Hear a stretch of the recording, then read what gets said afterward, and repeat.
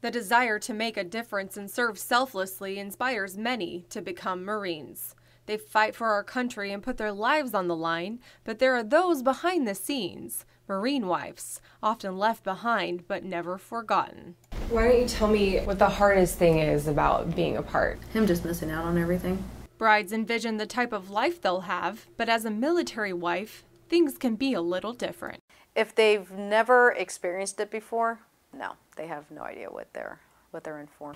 There is no training manual. The few, the proud, the empowered. Olberding's husband joined the Marine Corps after they were married. I just didn't know what this life brought with it. I had no idea. I think that was the biggest thing. There were so many questions. I didn't know what it meant to be a Marine Corps spouse. I just had no idea. When husbands enlist into the Marine Corps, the wives sign up too. And the next day, after he had enlisted and done all the paperwork and everything, was September the 11th, the infamous day that we all know. And so it really kind of changed our whole life. It changed the real trajectory of what I thought what we were doing, and I thought the mission that we were going for, and it made a huge impact on our whole life. Olberding learned what her role as a Marine wife meant. I had the ability to still accomplish goals, raise children, have a job, volunteer. You know, I was still able to live my life and yet support him in the way that he needed to be supported.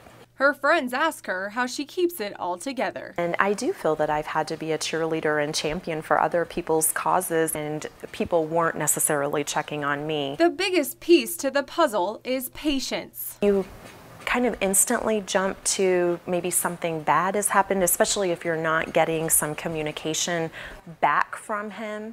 Touche grew up as an Army brat. I knew the military life. I didn't necessarily know the Marine life, but some people consider moving to Japan a deployment. I mean, I really didn't. Since I was going with them, I didn't really consider it a deployment. Even though he's overseas, her and her husband are able to talk daily. Twice a day, if not more. What does he do to help you ease the distance? He lets me know what's going on over there. Nothing specific, but lets me know that he's doing okay. She has gone through 4 deployments. When Touche needed her husband the most, he was able to be there. Because of me being a high-risk pregnancy, he had to wait on orders. Their daughter is now 12 years old. Sometimes I think that this may be the last time that I might end up saying something to him. Military wives work to keep the family connected. This is like a superhero coming back into their life. They're so incredibly excited.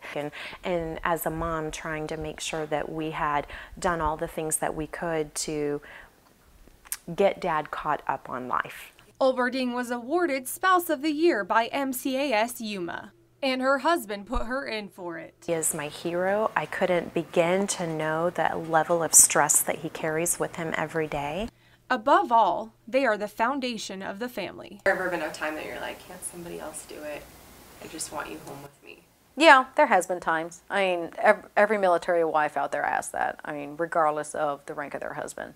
I mean, regardless of their husband's title. I mean, every wife has asked that, even though good majority of us already know what the answer is. I mean, sometimes it just feels good to just ask that question. And the best part is when he gets to come home. Just being able to spend time with him and, actually be able to not have to worry about him having to run onto base